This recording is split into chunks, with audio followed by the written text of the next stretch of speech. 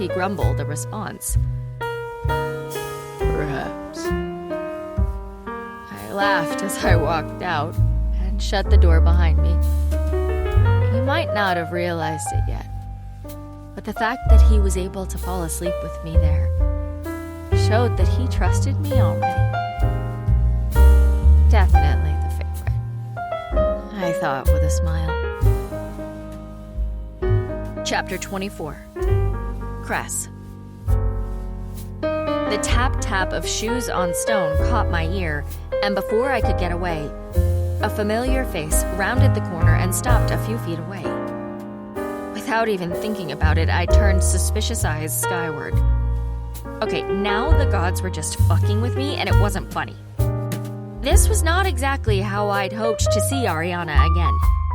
Not that I'd really been planning to see her again, but this castle felt very small when there was definitely someone you didn't want to be around living in it. That someone being her. I'd also specifically would have preferred to not run into her again wearing nothing but a man's shirt and covered in soot and ash. Maybe it was just too much to ask of the gods, but I'd really been hoping to wear something with a little more coverage. Like maybe metal-plated armor? Her eyes moved from me to the door I'd just exited, and back again. She looked just as shocked as I was, but unlike me, she managed to recover a bit faster. Just who I wanted to speak with, she said. My eyebrows shot up to my hairline. Oh? I asked. Yes. She nodded. I wanted to talk with you about my outburst earlier.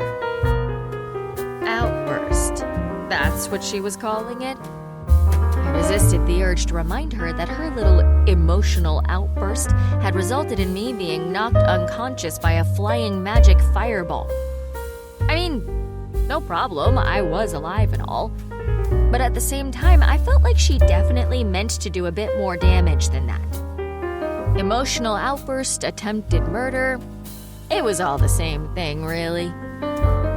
Left without a response to her gross underestimation of my brush with fire magic, I managed to cough out a, "You did?" "I did," she confirmed. She cut herself off, her face scrunching up as she tried to force the words out. I stared at her, waiting. "I apologize," she said through gritted teeth, "for my behavior. It was unacceptable." Hell yeah, it was. Totally unacceptable. You didn't just decide you hated someone because they were different from you. You decided to hate someone because they threw a fireball at your head. Okay, I said anyway. Thanks for the apology. She tipped her head in acknowledgement of my words before she moved to the side and gestured. "I was hoping you'd walk with me," she said. You were? Why did I not believe her?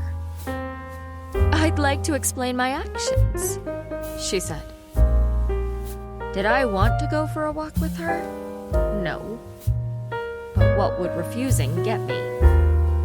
Maybe letting her speak her mind would get her to back off for a while. I glanced down at my attire, or rather my lack thereof. I couldn't go traipsing around the castle looking like I'd just had a fight with a fireball. Not even if I had. "Let me get washed up and changed," I said with a sigh. She nodded. "Of course. Would you meet me at the southern wall? I think a walk outside would be lovely." Sure. I don't know how to get there, though." She shook her head and snapped her fingers. Almost immediately, a pixie appeared.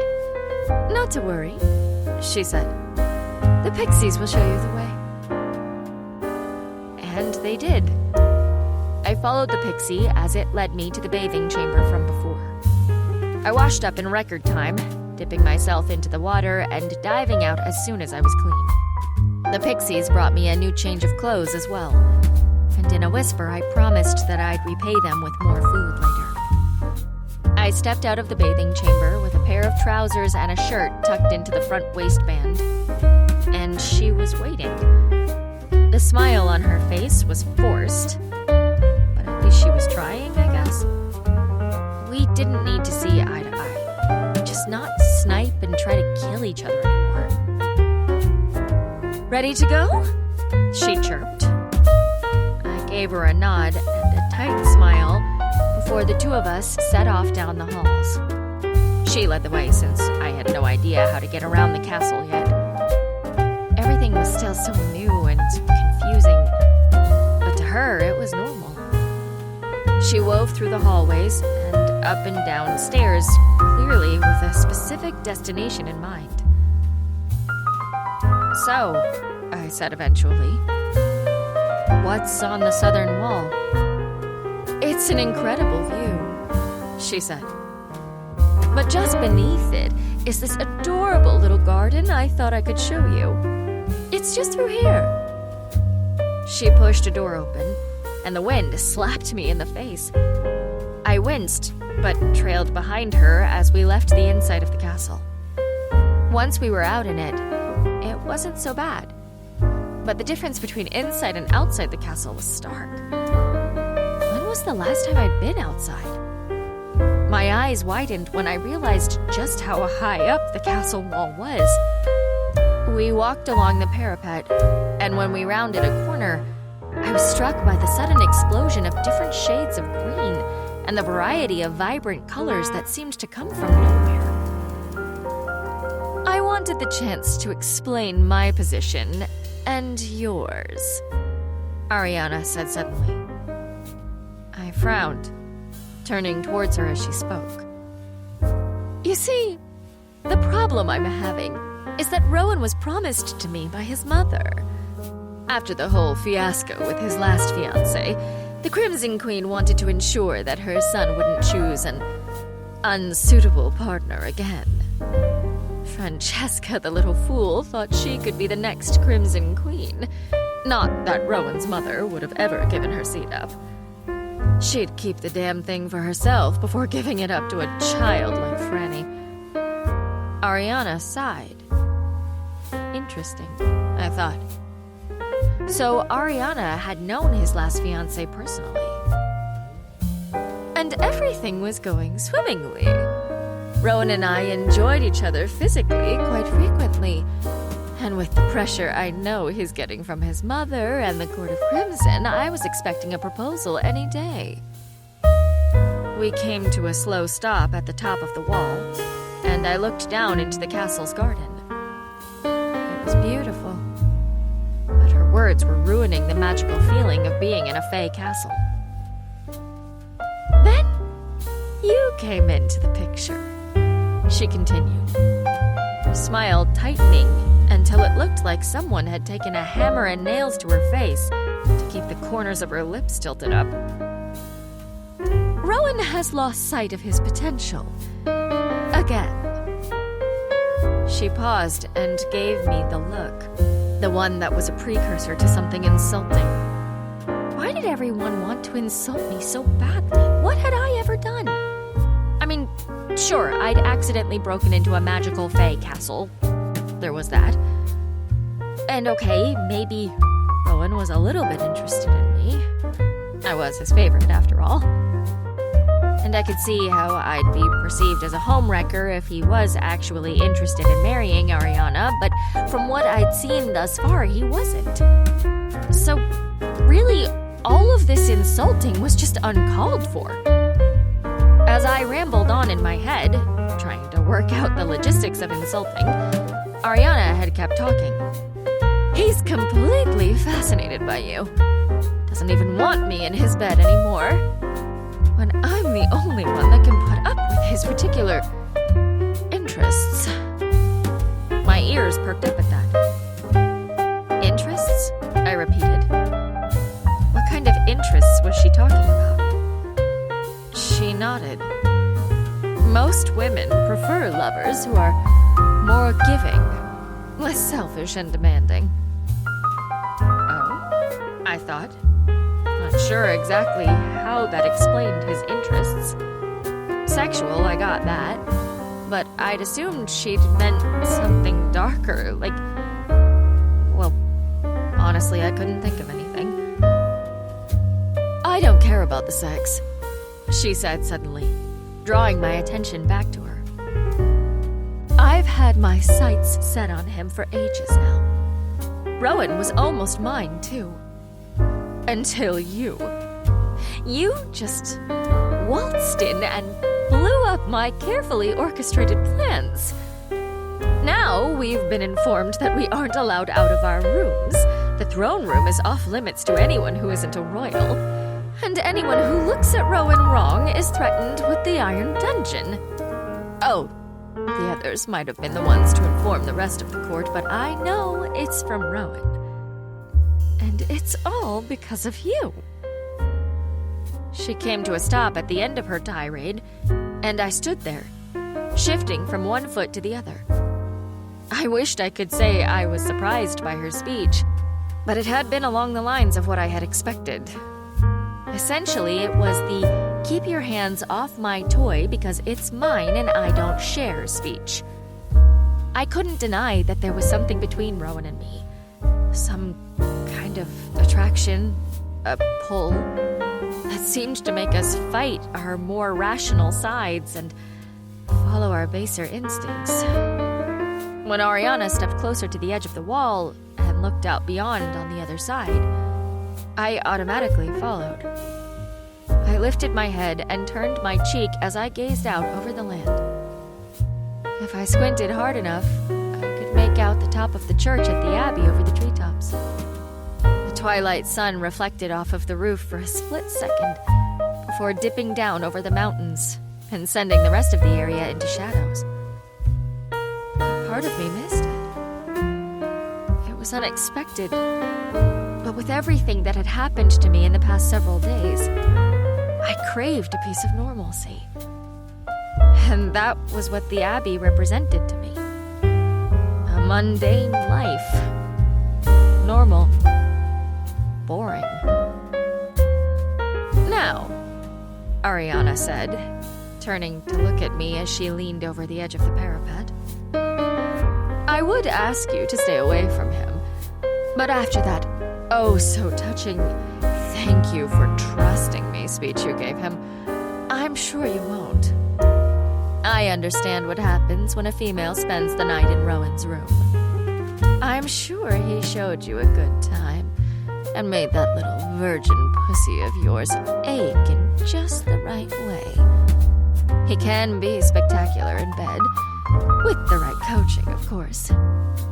And he will make a powerful husband and ruler. But I'll be the one pulling the strings from behind the throne, just like his mother did with his father. That, my dear, is the power of being a female fae. One you will never fully get to understand, I'm afraid. What? I blinked as I turned away from the trees and mountains and faced her, but it was too late. Ariana lifted her hand, palm outward, and my eyes widened as a fireball erupted from her fingertips and slammed into me in much the same way it had before. Unlike last time, however, there was no wall at my back. Instead, I was sent flying outward and right over the parapet. The wind that surrounded the fire was what hit me first, right in the face, knocking my head back just as the back of my knees hit the lower wall. I grabbed and clawed with my hands as I went over and tried to find something to grab onto, sure that if I let myself fall, it would be to my death. From this height, there was no doubt that's what it would be. But I found nothing except smooth stone. As I fell, a shrill scream was ripped from my throat.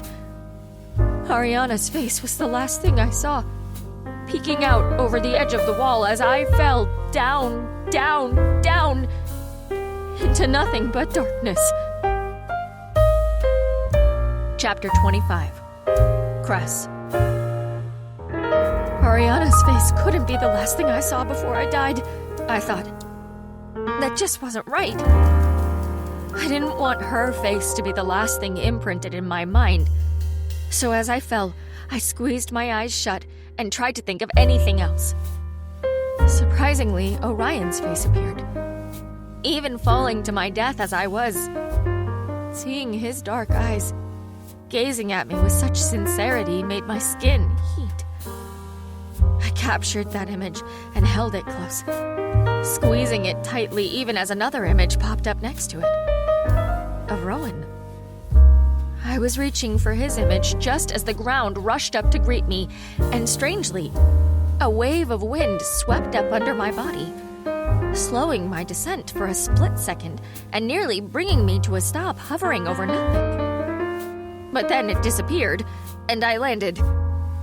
When my back slammed into the ground, it felt like every bone in my body broke. Organs were shredded. It hurt. Gods, it fucking hurt. This was it. This was the end.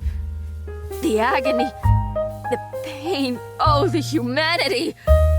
The sheer torture whipped through me and... Actually, I pulled up short a moment later. I'd really expected that falling from the top of a castle would hurt a bit more than this. I cracked open one eye and peered around. There was no mistaking it. I'd definitely landed from a great height. The tall mountain of a castle towered over me. Ariana had disappeared too. So why the fuck wasn't I a broken, bleeding mess? Oh, scratch that, I was bleeding. But my legs and arms weren't broken. Nothing was shattered. It was odd. I hesitated to get up, sure that my mind just hadn't caught up with what happened to me. After several moments of just lying there, my back against the cold ground, I decided to just chance it. I leveraged up and found a nearby trunk to help me stand. My legs were shaky, and there were going to be bruises, but I was alive. More than alive. My skull wasn't cracked open like a chicken egg. It was a God's damned miracle. I blinked as I looked over at the castle wall and shoved away from the trunk of the tree I'd used to stand. My hands were on the cold stone of the castle's outside wall. Unlike the first time, it didn't budge. I swept my fingers up and down, side to side. Still nothing. A wave of panic filled me. What would Rowan and Orion think when I just didn't show up again? Would they think I'd run away? What could I do? How could I get back in? Try as I might, I couldn't find the entrance. A branch broke in the near distance, sending me on high alert. I whirled around and backed up against the castle wall, my eyes darting left and right. As I'd been searching for a way back into the castle, the darkness had stretched further, and the last sun rays from over the mountaintops faded. Left with little recourse, I hesitantly edged away from the stone wall and headed into the forest. If I couldn't get back into the castle, then I'd just have to head back to the village and think of another way. Despite my earlier reminiscent thoughts of the Abbey and normal, the farther and farther I walked from the Fey castle at my back, the heavier my body became. Exhaustion pulled at my mind, and I began to feel the little aches and pains, far below what I should have been feeling after that fall, of what I'd endured. Halfway through the woods, my foot slipped and I went down, careening into a dark and dank hole. I twisted and reached back, scrambling to find anything. Unlike my last fall, however, there was no wind to stop me. My ankle twisted, screaming in sharp discomfort as I fought for purchase, finding nothing but roots and dirt. It was only a moment before what little hold I'd managed to obtain was ripped from my grasp. Something swung out, appearing in my peripheral just a moment before my temple collided with a hardened root, more like a branch, sticking straight out of the hole's inner wall. Lights exploded behind my eyes, and as I slid further into the ground, darkness swallowed me whole. There was nothing but darkness for a long time. So long that I thought I might be going insane. It felt like some part of me had just reached up and pulled me back into the darkness with it. And now I was stuck, hiding from myself, which was the strangest part. I needed to wake up. So when I heard voices, I followed the sound joyfully. The joy was short-lived. The voice was one I recognized. One I had never wanted to hear again. Sister Madeline. The next voice gave me a modicum of relief, though. Nellie was clearly worried about me. As she spoke, I felt like I was swimming to the surface, and gathered from their conversation that I'd been found by some sheep. No joke. And their shepherds. One of them recognized me as belonging to the convent, so they returned me there. Fan-freaking-tastic. I supposed it was better than being unconscious on a hillside, but this was about as far away from the castle as I could get and still be within walking distance. I needed to get back and hope that I could find a way back in before Ariana convinced the guys that I had run away or something. I'll sit with her, Sister Madeline, and make sure she doesn't roam the grounds. She'll listen to me, you know that, Nellie said. Fine, but I don't want her corrupting any of the new boys. Understood? The sister's voice was sharp enough that it almost pulled me from my strange, restful sleep, just so I could defend Nellie and lay into Sister Madeline now that she didn't control me anymore. Understood, Sister, Nellie said, her voice the perfect blend of respectful and subservient. I wasn't sure how much time had passed since I heard them talking, that my eyes flickered open, but I could tell it was late in the day. The sun was starting to sink below the skyline, creating great golden swaths of light that I used to chase and play in when I was a child. Much to Sister Madeline's distress. Nellie, I croaked when I saw her sitting towards the end of the bed. Cress! Thank the gods you're okay. I've been so worried about you, Nellie whisper shouted. Don't let the sisters hear you saying that, I replied, referring to the gods' comment. They didn't like it when their charges talked about any of the gods other than Merilyeth, at least outside of educational purposes. Nellie flashed me a smile, but before she could butt in with that I was sure were dancing on her tongue, I tried to push up into a sitting position, hesitated, and nearly laid back down. Her smile dropped, and she rushed to my side. Don't try and move too quickly. The shepherds said there was a lot of blood where they found you, and we don't know how long you were there, or how long you'd been unconscious. You could have some serious injuries. I'm sure that would make Sister Madeline jump with glee, I grumbled as I rubbed the back of my head. I could feel the crusted, dry blood in my hair, and was sure it made my blonde locks look just lovely. Absolutely fantastic. The desire to get clean was strong, but I wanted to use one of the bathing chambers at the castle. One of the freezing cold buckets of water that the sisters called a shower as they poured it over you. I refused. I would rather remain disgustingly covered in old blood and dirt.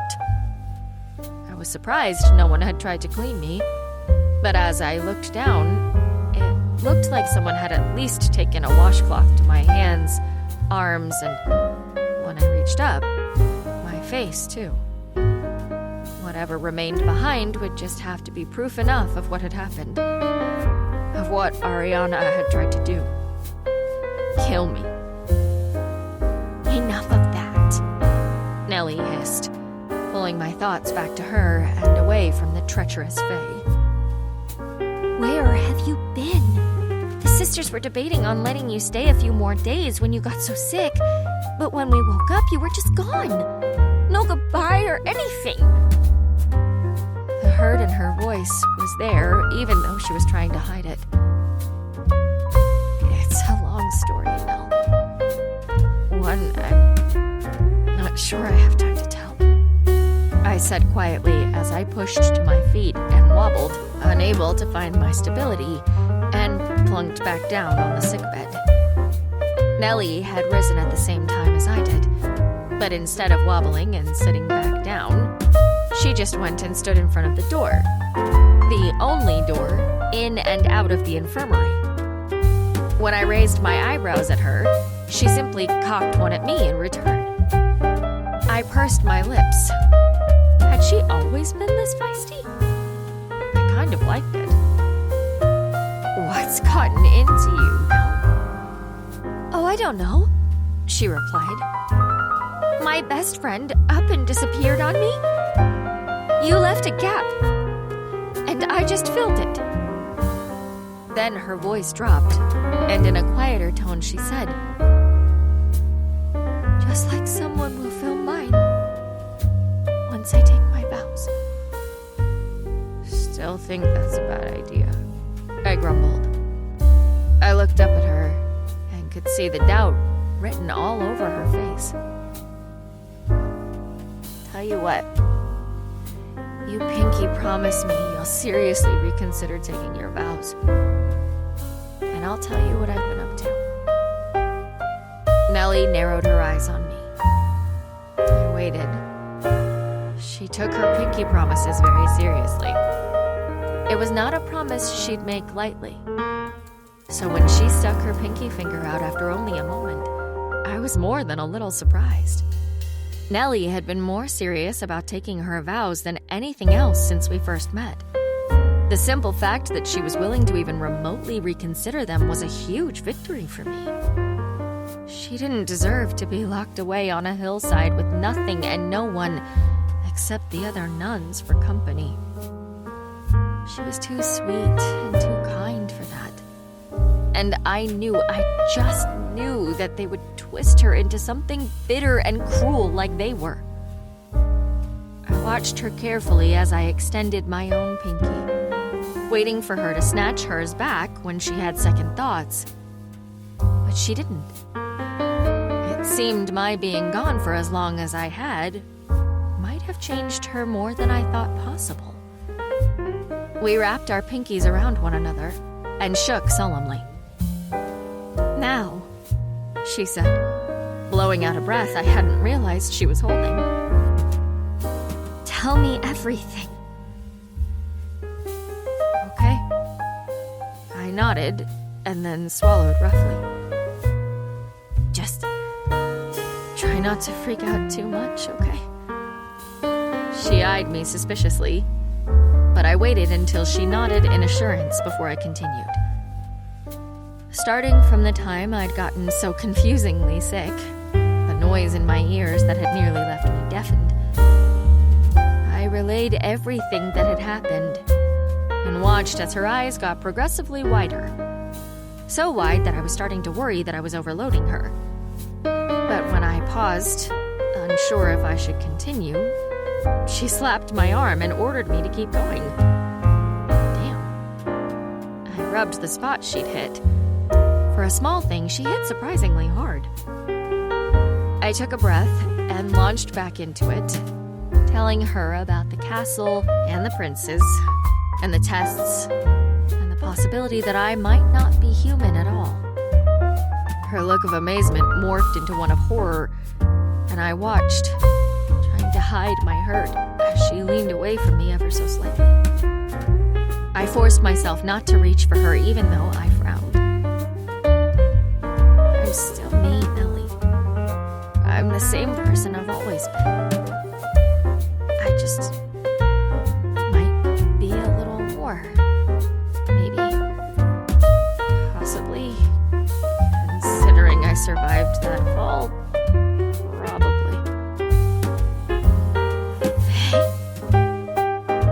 choked out the word, fear making her voice quiet.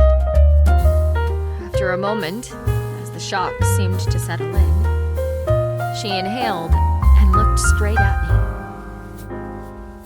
So, you're a fae? She asked. I don't know yet, I hedged. But there's definitely a possibility. And you're friends with these princes? I winced. To call them my friends would be... I mean, it's not that... Let's just say things are complicated between us. She shook her head, her mouth hanging open slightly.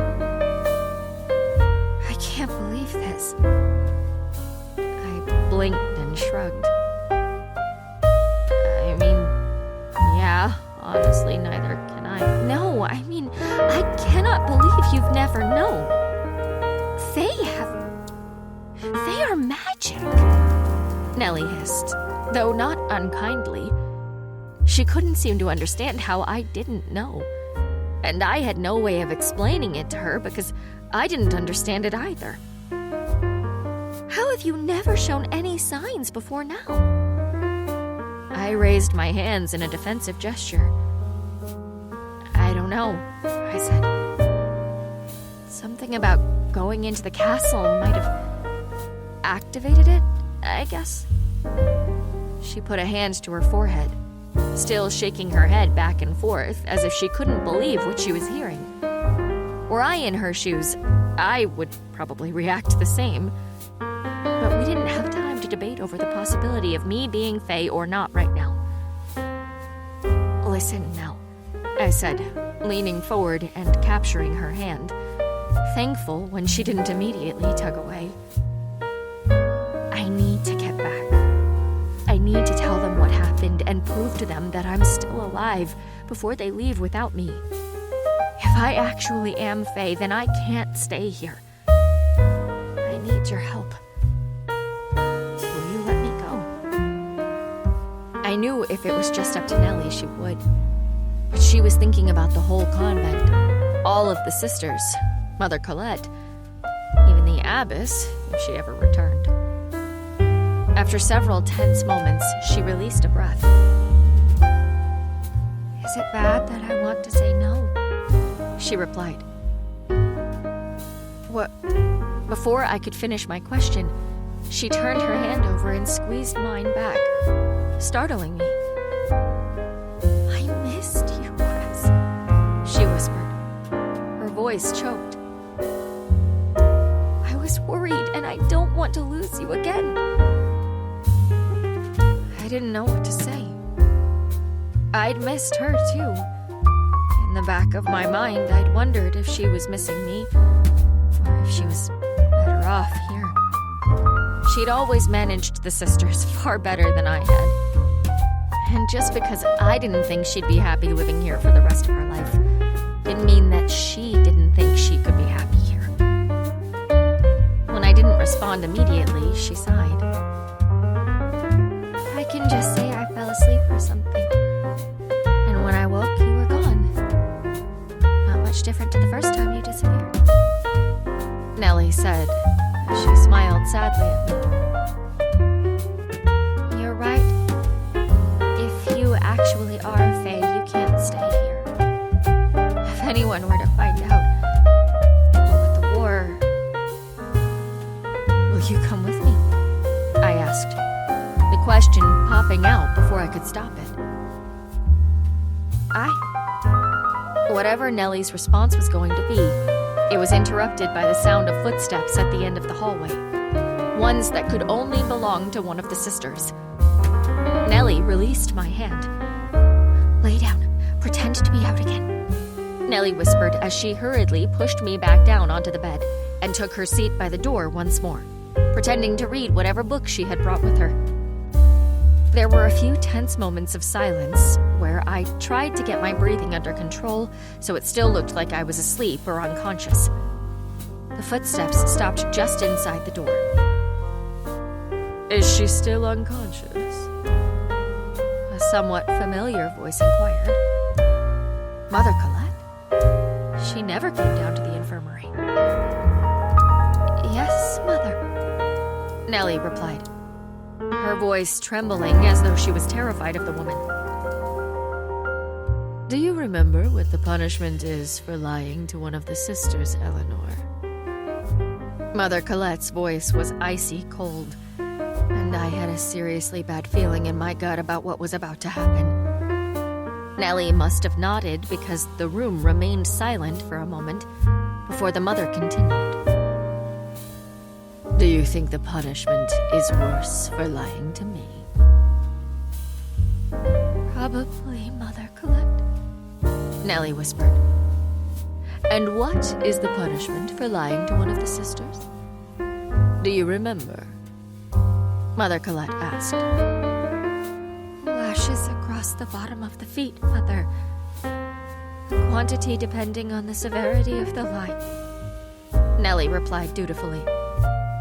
Mother Colette's heels clicked on the stone floor of the infirmary as she stepped closer to the sickbed. So if I told you that I knew Cressida is awake right now and has been filling your head with nonsense, and young James was just down here and overheard the two of you speaking about a nearby Fae stronghold, you would say he was lying? My heart nearly stopped in my chest. A changeling, she said. And I could sense more than see the shake of her head. Her voice dropped as she continued.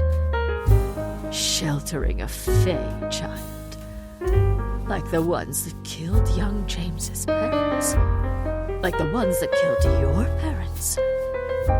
I'm disappointed in you. Nellie spluttered, but didn't manage to get any kind of a response out. Eleanor, do you think me an imbecile? There was an odd calmness to the mother's voice that made me want to shiver, but I shoved the feeling down, remaining still under the blanket. No, Mother Colette, Nellie stuttered. The sound of someone moving closer registered in my ears. It wasn't Nell, though. That much I knew. Something sharp pricked my finger. A needle? Dagger? I wasn't sure. Mother Colette always was creative.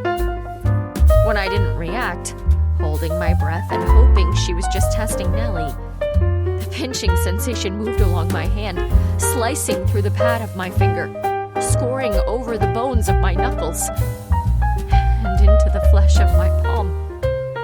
When she dug in deeper, I couldn't stop the cry of pain that escaped me. I jerked up and yanked my arm back. Welcome back, Cressida, Mother Colette said, with a glare at me before returning to Nellie. You are going to have quite the punishment, young lady. Mother Colette, I growled as I felt my skin heat up. Beyond Mother Colette's back, Nellie's eyes grew wide, and she backed up several steps. I looked down at my hand as I stood up from the bed. The red liquid dripped along the tile as a burning sensation began to rise within me. From the wound she'd carved into my hand, a glow began to spread. My breath came in heavier pants.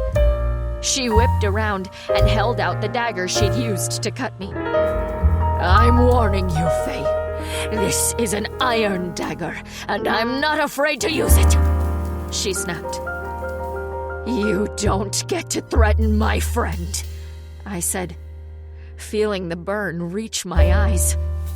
I had no clue what I must have looked like, but for the first time, I felt actual power slide through my veins. Her eyes were glued to whatever was happening just below my skin. The light from my wound was spreading up my arm. I slowly edged around the other side of the bed, feeling along the floor with my bare feet. I glanced back to Nell to see her staring wide-eyed at me still. Her eyes were filled with fascination, whereas Mother Colette's were filled with horror. Mother Colette kept the dagger out, pointed at me. I circled her, backing up and moving as subtly as I could towards the door. I met Nellie's gaze before holding out my uninjured hand. "Come with me, Nell," I said. Nellie's lips pinched down, and though there was a moment's hesitation, where her eyes flicked to Mother Colette and back to me. "You go with her, child, and you'll be signing your death certificate," Mother Colette warned. "I've already called the local soldiers stationed in the village."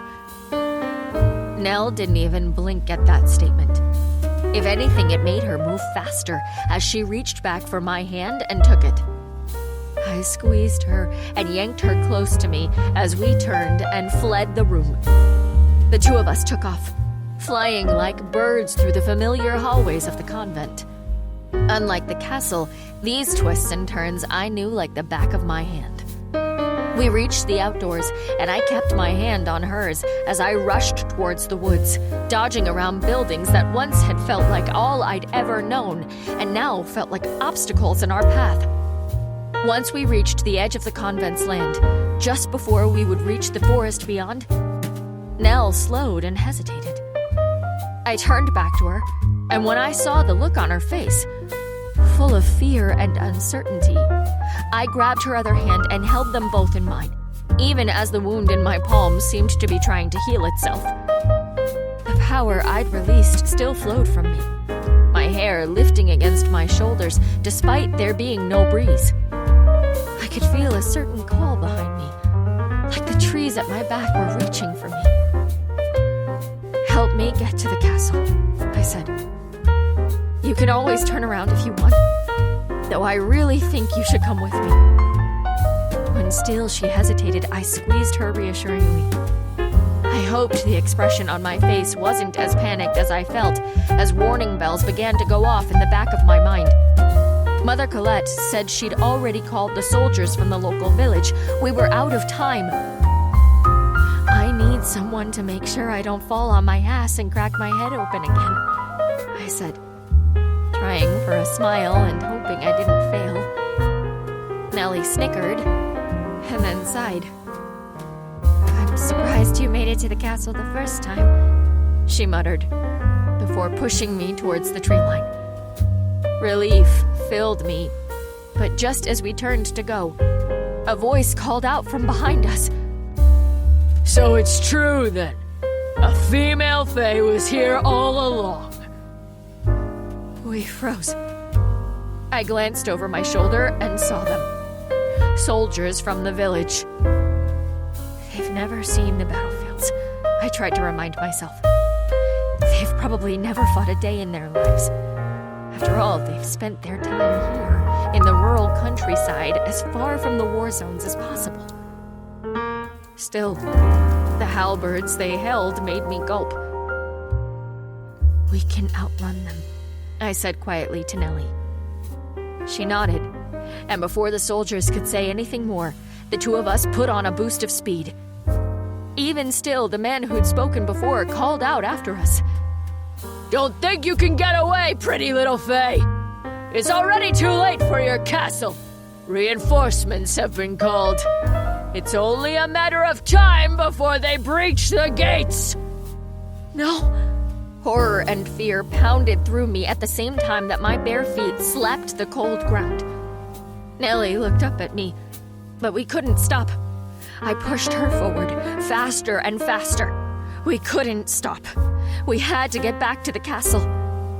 In the distance, I could see lights moving, men with torches marching through the fields that ran alongside the forest, heading in the direction of the castle. I had to get there first, and I couldn't get caught by these men or any others. That'd be easy enough, right? Gods, I fucking hoped so. Chapter 26. Sorrel. "What the fuck is going on?" Rowan's voice arched over the air as he came to a standstill at my side. "The humans have found our castle," I snapped. "Where is the changeling?" I turned on him as Orion came to stand at his back. "She left my room this morning, but I haven't seen her since." he admitted as he gazed out over the sea of torches that were marching towards us. With our magic, we could take them no problem, but the issue was that we hadn't been given permission to kill. I gritted my teeth in irritation. We couldn't do shit unless we'd been given our orders. There was no telling what the Crimson Queen would do to us, or even my own mother. I shuddered to think of the possibilities. A scent of floral perfume wafted our way as Ariana appeared on the wall overlooking the front gates. "Your changeling is gone," she said. "She ran away. I saw her leave the castle myself." Rowan whipped around and would have taken her throat in his fist had I not stepped forward to stop him. Orion grabbed onto one arm, while I the other. "Stop," Orion said. "Not now.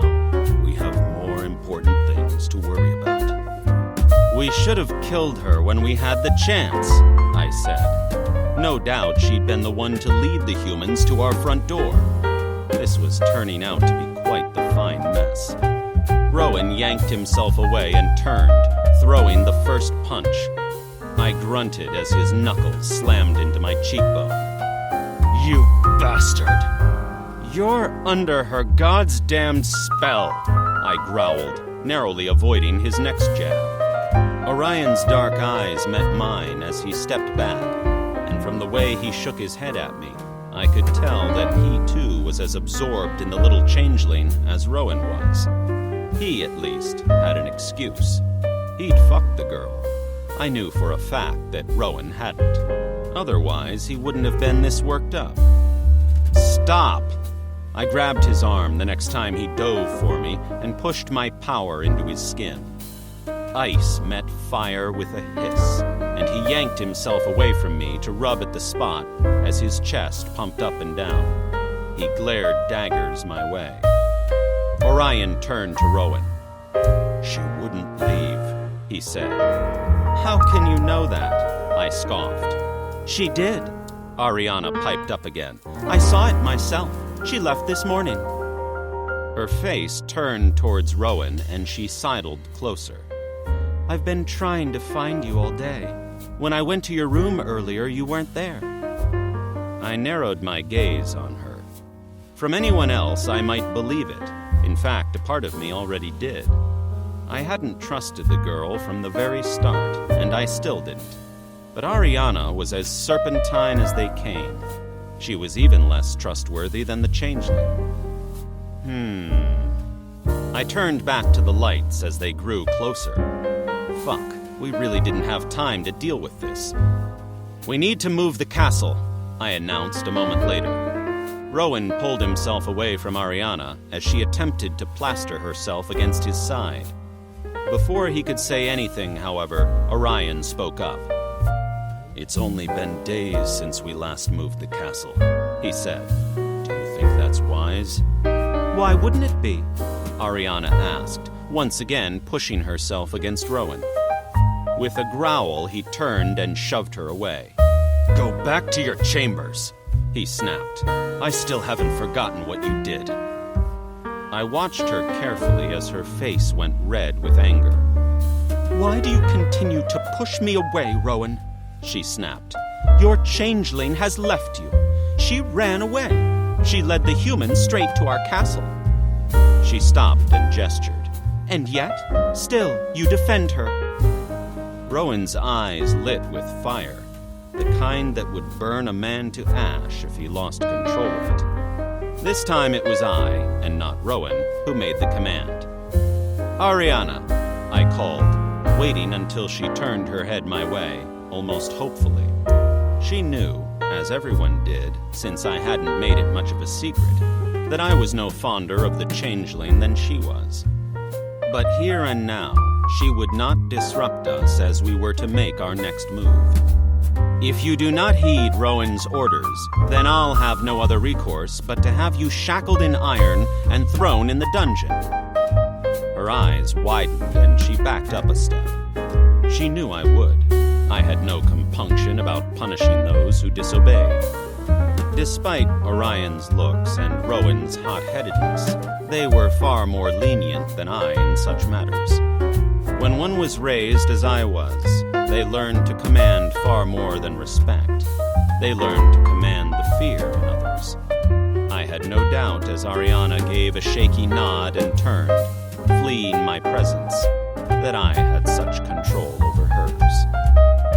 Now, I said, once she'd gone, what are we to do about this? We could fight, Orion said.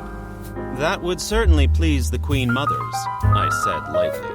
Both he and Rowan flinched. Do we have the reserves of magic to move the castle again? He asked. After your night with the changeling, you should. And you? He replied. I will be just fine. I always replenished my reserves immediately. We have to find the changeling, Rowan said. I turned to him with a sigh. And if what Ariana says is true, if the girl left, I inquired, what then? Then we capture her and make her pay for her treachery, Rowan replied immediately, his face darkened. Orion reached forward and clapped him on the shoulder, leaning close as he said in a low tone, Not everyone is Francesca, Rowan. Rowan didn't think. He jerked his shoulder out from under Orion's grasp. I'm aware, he said through gritted teeth. I looked down over the human kingdom's countryside as the soldiers arrived. Flaming arrows were launched, swords unsheathed. To be honest, I was quite surprised by the group of militia the humans had managed to gather. Though, upon closer inspection, I realized that the majority of these soldiers weren't soldiers at all, but young men, farmers most likely, in soldier-like uniforms and chainmail, as if that would protect them from fey magic. Insects, the lot of humans. So angry, and they didn't even know why. If we can't kill them, I said, then we must move the castle. Rowan's face darkened, and Orion turned to look out beyond the castle walls, ignoring the cries and jeers from below. Inside the castle, the other court members must have realized that something wasn't right, because as the humans below grew louder, I could feel the shiver of fey power ripple through my mind and body. The ties I had, the same ties Orion and Rowan had to the members of our court. I agree with Rowan, Orion said suddenly.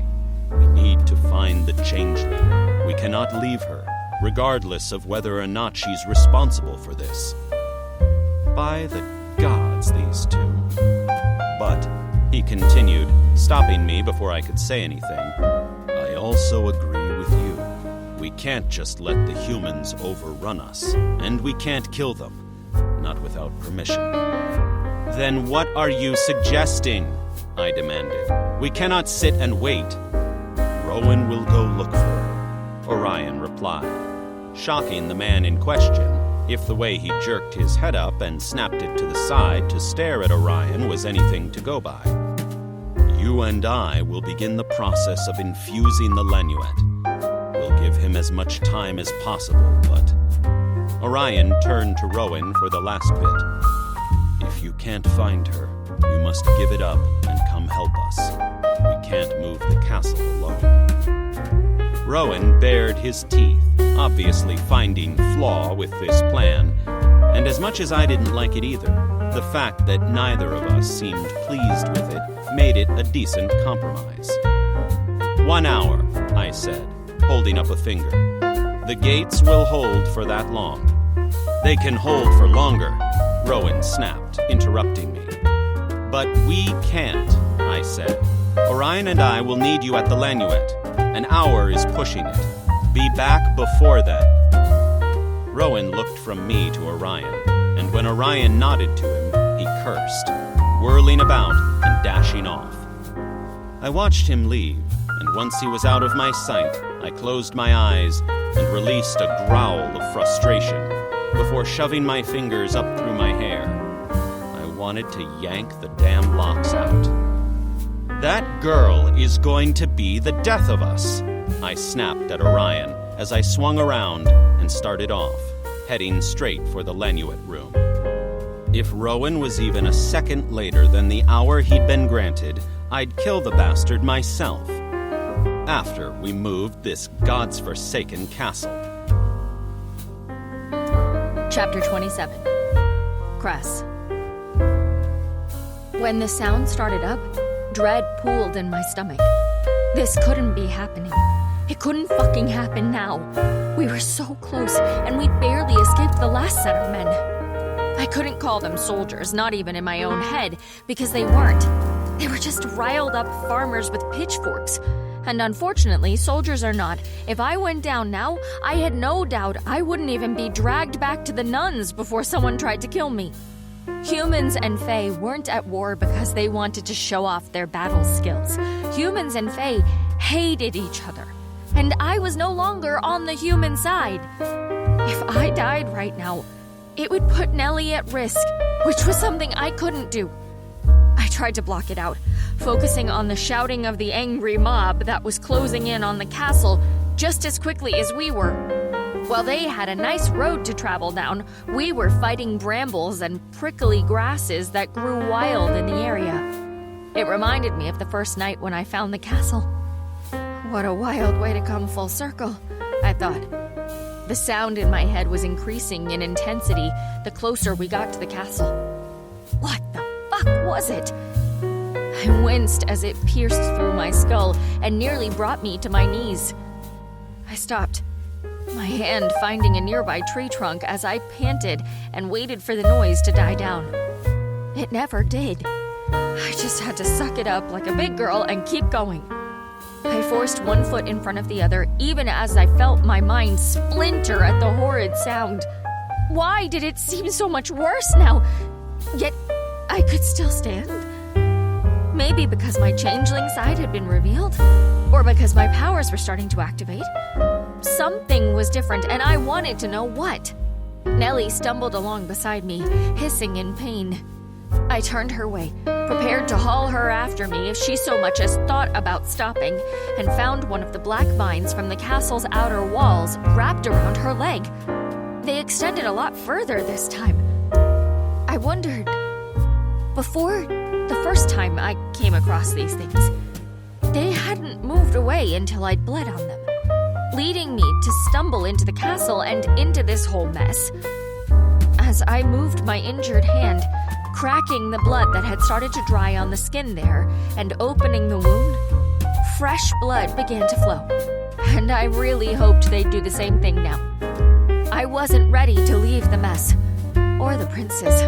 I was just finding out who I was, and I also really didn't want to get caught by a bunch of country folk with too many sharp things at their disposal. I sucked in a breath and let my blood fall, hoping and praying. But a girl couldn't exist on prayers to the gods alone. She had to bleed a little first. I held my hand over the vine, and big, fat drops of blood fell onto its black surface. For a moment, I thought I was yet again wrong, that the vines weren't designed to detect Fae presence and stand down. But after a few tense minutes, where my ears started to feel more and more like they were going to burst, the vine loosened its grip and released Nellie. It wasn't much, but it was enough for us to keep moving and get a little closer to the castle. When another vine caught her leg, I wanted to scream. Apparently, this section hadn't gotten the information yet. I dripped some more blood onto it, and when it released her, I turned to Nellie and said, "Let's go." I turned and dropped down, holding my arms out on either side. "What?" she stuttered. "We don't have time for me to keep stopping to bleed on everything," I said. "Piggyback ride time. Hop on." "Can you even hold me?" she asked. "Just do it," I huffed. This time she didn't object, which was just as well because I would have hauled her over my shoulder like a sack of potatoes if she kept fighting me. I wasn't strong, but I was determined and stubborn. The two of us made it through what was now a field of the black vines and to the edge of the castle without stopping again. The closer we got, surprisingly, the less painful the noise became, though it remained in my head throughout. Unfortunately, my exhaustion only mounted. When I set Nellie down, I wanted to crumple to the ground and sleep for years. We didn't have time for that, though. There was an alarm ringing in me. Maybe it was this sound that I could still hear. I wasn't sure, but every fiber of my being was telling me I needed to be inside that castle before the sound stopped, or something very bad was going to happen. Nellie leaned against the wall and stared back the way we'd come, her eyes growing wide and full of fear. I glanced back, following the direction of her gaze. I could see them as well.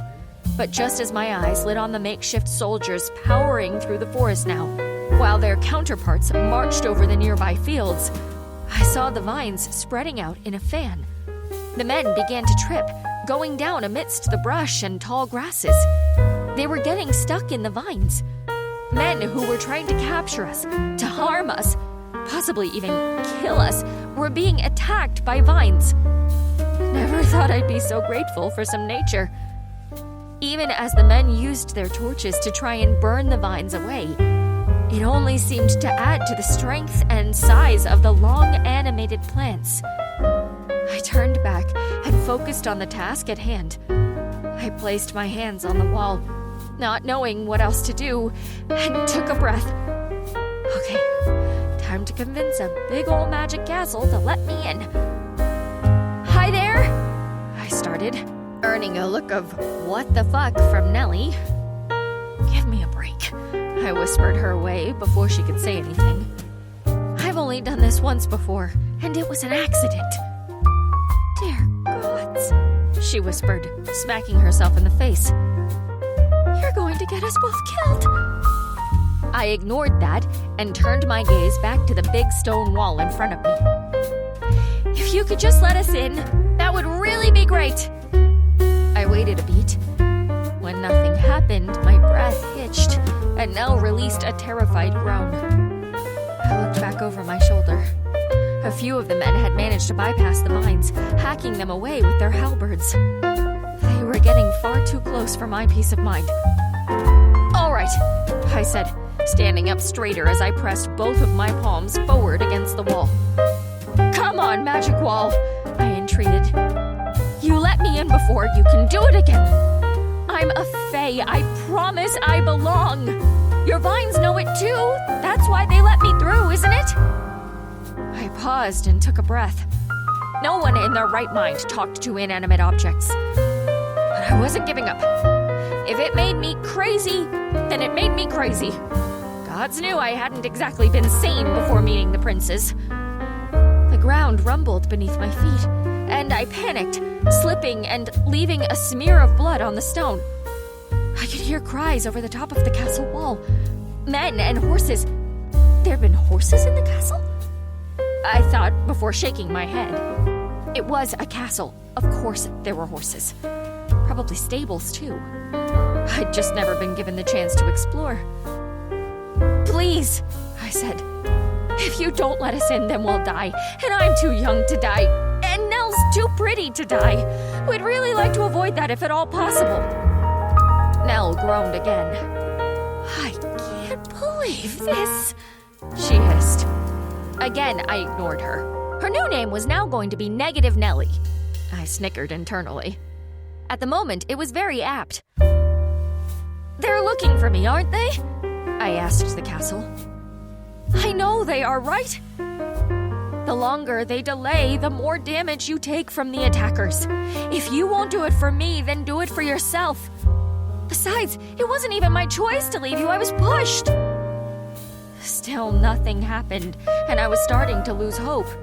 I didn't know what the price was to get the door to open, but I hadn't hit on it yet. My shoulders slumped, and I leaned forward, pressing my forehead against the wall. I want to be who I was born to be, I said quietly.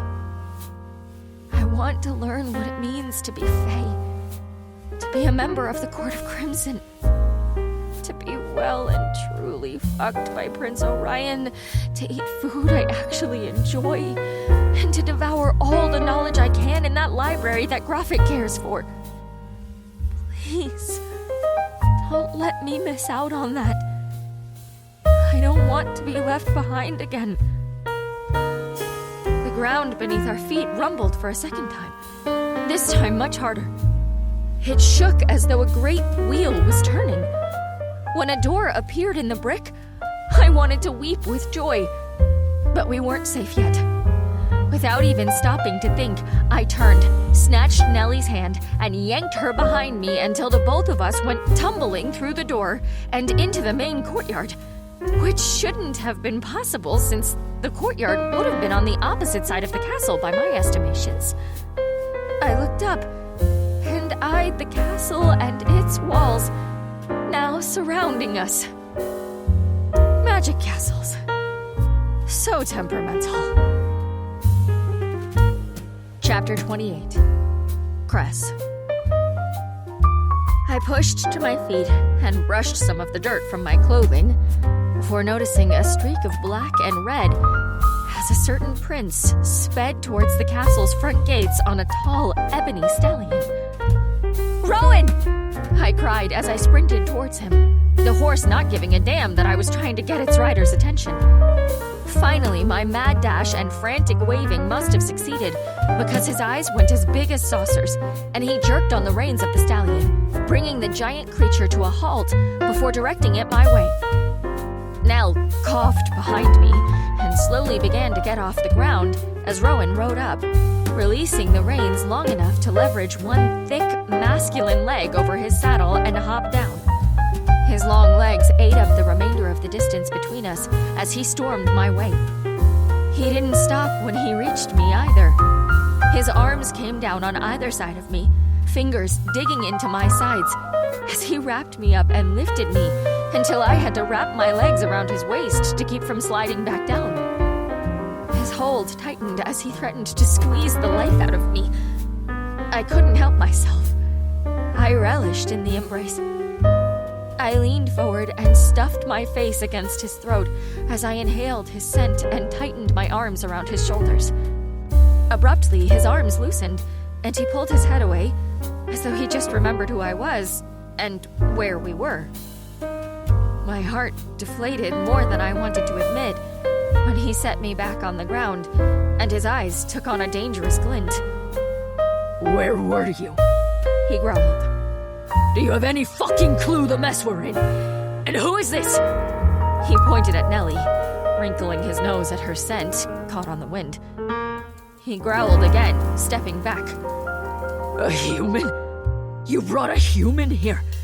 Were you the one responsible for this? As Nellie reached my side, I scooted her behind me just a little so she wasn't facing the brunt of his ire.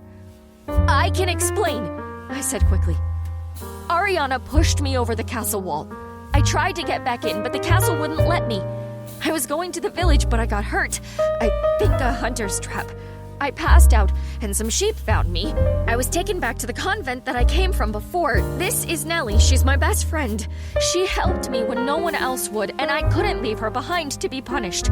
She knows that I'm fake. She didn't hurt me. I had to help her. We escaped and came back here," I said, watching the expression on his face morph from anger to confusion to more anger, and then to frustration. Rowan lifted a palm and ran it through his hair, some of which was literally flaming. We don't have time to deal with this now, he snapped.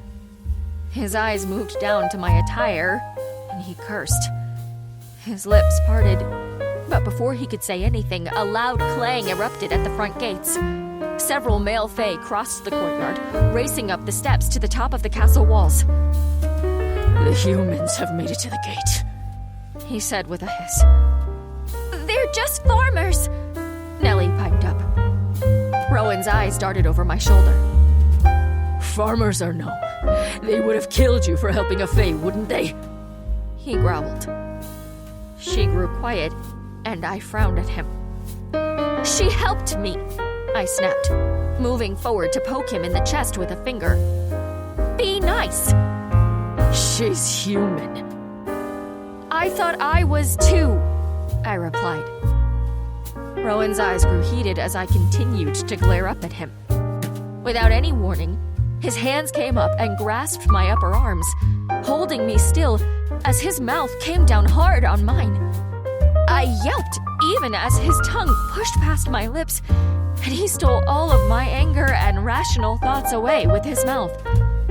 His kiss swept me up and consumed me, growing more and more heated, both in temperature and in passion, as his tongue twined with mine. The kiss released within me a myriad of emotions. I latched onto him just as he had me, and I kissed him back. He was demanding in his kiss, so demanding that it's all I could do not to melt into a puddle at his feet as he continued his assault on my senses. Something soft moved against my skin. The half-shredded, dirtied clothes that hung on me, moving in what felt like a force of wind. Soon enough, however, everything else disappeared, and all that was left was me and him. When we finally broke away, and both of us were breathing hard, Rowan's eyes closed for a moment, and he rested his forehead against mine as I glanced down. Rowan, I coughed to clear my throat. What happened to my clothes? The torn shirt and ragged trousers that I'd put on before I'd been pushed over the castle wall. The same torn shirt and ragged trousers that had traipsed with me through the woods twice, gotten me in a hunter's trap, and out of the convent for a second time, had disappeared. In their place were a pair of skin-tight black pants, the swish of floor-length fabric around the majority of my legs, even shielding the new trousers. Across my chest, a thin metal plating of armor covered my breasts over an equally tight, sleeveless shirt, the same material as my new pants. You can't walk around the castle half naked, he replied. I can't handle it. I wouldn't be able to keep my hands off you, and we really need to go. You could change my clothes like this the entire time, I clarified. He sighed. It's useless energy if you can change them yourself, he responded with a shrug as he pulled away from me, almost regretfully. Why would you use energy to change my clothes? I asked, surprised. His head turned as another clanging sound ricocheted through the nearly empty courtyard. Male Fae at the tops of the castle walls were doing something, throwing fireballs with their bare hands and shouting as they tried to hold off the human horde on the other side. It almost seemed funny that so few Fae could hold off so many, albeit untrained, humans. because I don't know if we'll be able to move the castle. Rowan answered on a whisper. One of his hands tightened on my arm, while the other released me. Come on, we have to get to the lanuette. Orion will want to know you're safe, but more than that, we have to transport the castle or we're going to be overrun. We set off at a quick pace, with Nellie running to keep up on her shorter legs. I was no giant, but I was taller than her, so it was easier for me to follow after Rowan. As soon as we made our way back into the castle proper, I felt like I could actually breathe again. Rowan's stride didn't slow as he led us around curves and corners, twisting this way and that, only pausing once to have Nellie peel off. Go through that door on the right just there, and you'll meet Grofit. Tell him Prince Carmen sent you. You're to stay there until the castle is moved. Without thinking, I reached out and grabbed Nellie's arm, pulling her in for a quick hug. She hugged me back, before doing as Rowan commanded. Before I could truly fret about being separated from her, Rowan took my hand, and we were running again. The further in we went, the more I began to recognize the hallways. Within moments, we were sprinting down the long hallway that I knew led to the big ball of magic I'd seen before. When we burst into the room, my eyes darted first to Orion, who broke into a wide grin, and then to Sorrel, who looked, well, like Sorrel. Pissed, grumpy, and ice cold. He didn't exactly wear his emotions on his sleeve like the others. The dark scowl on his face only lightened slightly when Rowan stepped into what I assumed was his spot, and the three of them began wordlessly working their magic to get the orb to start spinning. Strain was evident on all three of their faces, even Mr. Stoic himself. Sorrel grimaced with the effort they were putting in. A feeling, a crackle of energy as large as a storm swept through the air for a moment, but it dissipated almost as soon as it appeared. The noise I'd heard before, the horrible screeching sound that had plagued me, was now a humming. I looked around, realizing that every beat of the hum matched the same moment when one of the guys pushed another wave of magic into the orb floating between them. The noise, I realized, had been coming from this room the entire time. The hum grew and faded in my mind, sometimes growing so loud that it was a scream, and sometimes quieting until it was nothing more than a whisper. It remained constant even as I waited, and waited and waited. We haven't recovered enough, Orion said through clenched teeth, releasing his hold on the giant ball of magical energy. We have no choice. Sorrel practically growled at him as he redoubled his own efforts. Orion's right.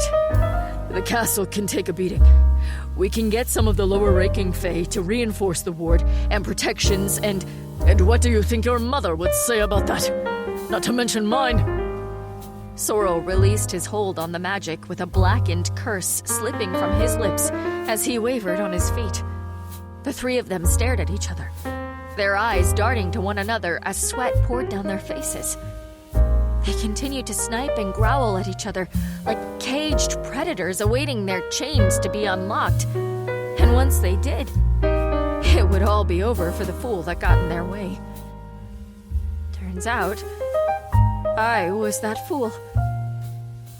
What if I helped? I asked. My question was greeted by immediate silence as the three of them turned my way. Even the cold one looked shocked. I sighed and gestured to the opening between Rowan and Sorrel. It's clear there is supposed to be a fourth person, but it's just you three. I have magic. If I didn't, then I would have died when I was pushed over the side of the castle wall. Something stopped me. And my blood stopped the castle vines from hurting me. What if adding another person, another Fae, made you stronger? You would do well to keep quiet and let the grown-ups handle this little changeling. Sorrel bit out. Only royal Fae can interact with the Lanuette's magic. A lesser Fae, as you likely are, if you're even a Fae. I am! I interrupted with an angry snarl. Regardless, he continued without blinking, a lesser Fae would offset the balance of power, and not in a good way. Now stand back and let us do this! I frowned at him as Orion and Rowan offered me apologetic looks as they stepped back into their spots and refocused themselves and their magic onto the orb floating between them. Once again, they were back where they started, their faces strained and even pinching in pain as they poured magical energy into the ball. All around me, I felt a whistling as the castle shook and trembled. Obviously, whatever they were doing was affecting it. I inched closer to where I would need to be if I wanted to help. Not that I was planning on jumping in or anything. It was just in case they asked. I snapped a look at Sorrel. He wouldn't, I knew. But if Rowan or Orion even gave me half a look of desperation, I'd jump right in. Sorrel could fuck all the way off, but those two cared, and I wasn't going to let them down if I could help it. I watched their movements carefully, seeing exactly what their hands were doing and mimicking it in my mind so I could remember it, in case I needed it in the near future. The three of them all worked for a few minutes before their handsome faces grew pale as their features contorted with strain and what could only be described as suffering. I knew I should follow their request and stay where I was unless they asked. But I couldn't shake the feeling in my heart, telling me if I just took another step forward, I could do something. By My bottom lip was raw from my nervous chewing by the time I made the decision. When I stepped forward, none of them even blinked. They were all concentrating so hard on what was right in front of them that they didn't see me slip into place. I lifted my hands, stretching my fingers out as I moved in the same way they were. Whatever they were doing with their hands, I began to copy, and almost immediately, I felt the orb's magic like a tidal wave sweeping through me. Magic slammed into my chest, and it was all I could do to keep standing and moving as a gasp slipped out of my lips. The three of them jolted, their heads coming up when they finally realized what I'd done. I could feel the echo of the orb's magic within myself. I slowly breathed out as the weight of the magic eased a bit, and instead of feeling like a pile of rocks on my chest, it began to trickle down into my limbs like water running over my body. I felt their magic too. Ice frosting over my skin from Sorrel, fire that sizzled in my blood from Rowan, and something else, something darker creeping into my mind from Orion. It was like the four of us were all part of the same being, all thinking and feeling, but within the same body. We need to stop, Orion ground out. She'll burn out all her magic. She wants to help so badly, then let her. Sorrel snarled. It's her death. Cress, Rowan said. Stop. Wait. This came from Sorrel. I darted a glance at him as his eyes widened. It's working. Dear gods. Orion cursed as the magic whipped through me, through all of us, stronger than before, and the castle's shaking evened out. Follow our movements and focus on the fields of Arenthri. That's our next destination. Rowan barked. I nodded and tried my best to follow along, but the hand gestures were more than a little complicated, and I felt sure I was messing some of them up. But the god's awful noise had quieted, and the magic ball was spinning faster, with parts of it expanding outward before it changed directions, and different parts extended, like it was trying to lock in some kind of coordinates. Through it all, I could feel Sorrel boring holes into me with his glare.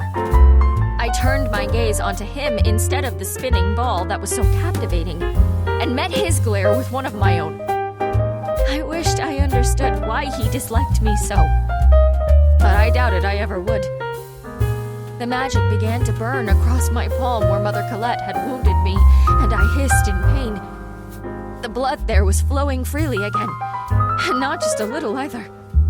More than had been flowing before was streaming from my palm and into the swirling vortex of the ball of magic, and its coordinate settings spinning and twisting like a red stripe across iridescent silver. My head felt light, and I felt sick, but the only thing I could see was Sorrel staring at me, with a sneer marring his perfect face, as he seemed to get even taller. Chapter 29. Cress. My sickness only seemed to grow the more magic I used. The Lanuette's power slid through me just as Orion's, Rowan's, and Sorrel's. The Iceman had been right. It was far too much for me to handle. Not that I was going to let him know that, even if my insides felt like they were heating up and my skin stretched tight across my bones. I was stubborn enough to keep going. The castle rumbled and swayed. I kept my gaze focused on the magical orb. At least now I realized what this thing did. So much was starting to make sense that hadn't before. The noise in my head, the castle's magic, this orb, the Lanuette thingy, was a transporter of sorts. And as I looked around the room, the Fey princes, and now I too, were the conduits. Across from me, Orion grunted and went down on one knee. I almost stopped the movements to go to him, but Rowan barked at me to stay where I was. Sweat collected at the back of my neck and slid down my spine. I felt something wet ooze out of my left nostril. I paused just long enough to wipe it away, and my hand came away red. Almost there. Rowan panted through tightly clenched teeth. Orion staggered back to his feet and kept going. Sorrel said nothing. My head began to ache, and more wetness leaked out of my nose. No one said anything, but something was very wrong. A wall of resistance met the four of us and pushed back. My eyes widened when I felt it. Something like fire and ice raced up my arms and slipped beneath my flesh. I cried out at the same time that the guys grunted. They were obviously feeling the same effects of whatever that was. Something's not right. Sorrel finally conceded. Thank the gods. Even if it was the ice-cold asshole, at least someone had said it. We can't afford to stop, Rowan replied. It's... Just as Orion was about to offer his input, a new wave of magic, one that I didn't recognize, wrapped around us. All three of them stiffened and dropped their arms, causing me to slow and do the same. I heard Rowan curse as stones began to fall from the ceiling of the chamber. I looked up. It's crashing! Orion yelled. I didn't see him coming. 1 second, I heard the shout, and the next I was being shoved down as a giant boulder-sized piece of the ceiling came crashing down right where I'd been standing. I gaped at the giant chunk of rock. Dear gods, that would have killed me. I released a sigh of relief, turning towards Rowan to thank him for saving me, only to stop short when I realized it wasn't Rowan's flaming red hair hovering over me. Instead, it was Sorrel's white-blue locks that slid across his forehead as he groaned and leveraged himself up and off me. He laid on his back, and I laid on mine, the two of us staying put as the castle finished shaking and trembling. Thankfully, no more stones or large pieces of ceiling fell over top us as Orion and Rowan rushed to our sides. Rowan looked at me, and when I waved him away, he nodded, going to Sorrel. Orion stopped at my side and reached for me, despite my attempt to wave him away as well. My body felt like it had been put through a beating. Am I bruised? I asked absently. I feel bruised. You're not bruised, Orion answered. but you are drained. I groaned low in my throat as he lifted me from the ground, cradling me in his arms. I didn't even realize what I was doing until my arms were curling around his neck as I snuggled into his massive chest. Damn, he felt good against me. I pressed a kiss to his throat, earning a dry chuckle. What happened? I asked. Did we make it? Did we move the castle? Rowan helped Sorrel to his feet just a few steps away. And even as Sorrel clutched his side, he looked over at me with a scowl I didn't understand. I didn't warrant his ire, so I had no idea why he was being such a butthead. Something interfered. He growled. You should have never tried to help.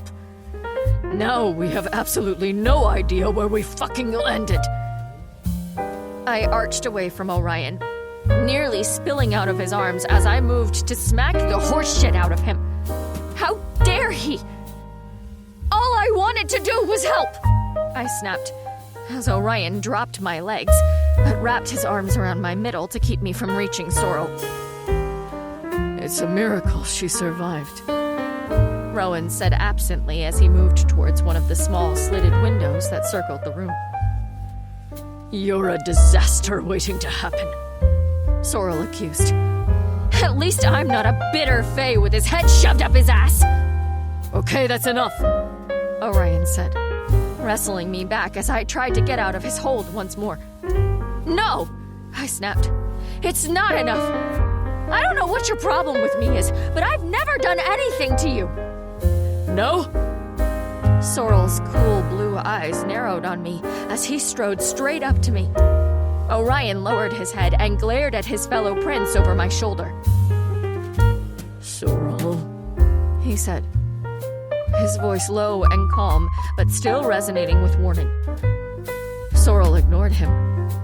You little changeling, he began, leaning into my space. I squirmed and wiggled and stood on my tiptoes on the tops of Orion's boots so I could be as close to eye level with him as possible.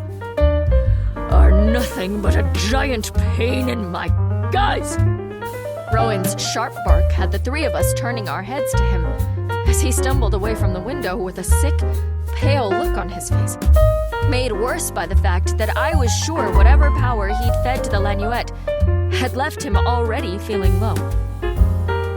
Sorrel and Orion both immediately snapped to attention. What is it? Sorrel asked, striding over to him. I know where we are, he said. We're in Alfheim. Orion's arms grew slack around my middle, and I stepped off of the tops of his boots, removing his limbs completely from me as I turned to look up at his face. What is it? I asked. What's Alfheim? He didn't respond for a moment, staring across the room at Sorrel as he, too, looked out of the slit of a window and cursed. Finally, when I shook his arm and repeated the question, he met my gaze. Alfheim is the realm of the Fae, he said, his voice so quiet it was nearly a whisper. Oh. I turned back to the other two. Isn't that a good thing? I asked. We're in the country of the Fae. I'd never known what it was called. The nuns had taught us nothing of the Fae except that they were bad and evil and we were at war with them. We weren't targeting the Fae realm, Rowan said, explaining as he and Sorrel headed back to us. He took my arm and steered me to look through one of the other nearby windows. I squinted and leaned into the frame. The window itself wasn't even as wide as my body. Over the castle walls beyond, I saw what looked to be another castle. This one coated in a layer of white. And how'd we get here? I asked absently as Orion looked out over my head.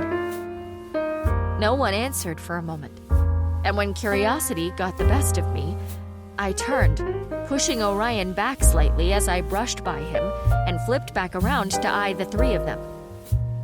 Each of them looked as though they were men about to face the gallows. A pit formed in my stomach. What? I asked. What is it? There's only one way we could have been pulled to Alfheim so soon, especially in the midst of a human assault.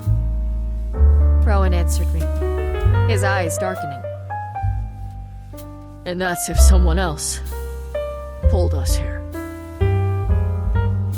Okay.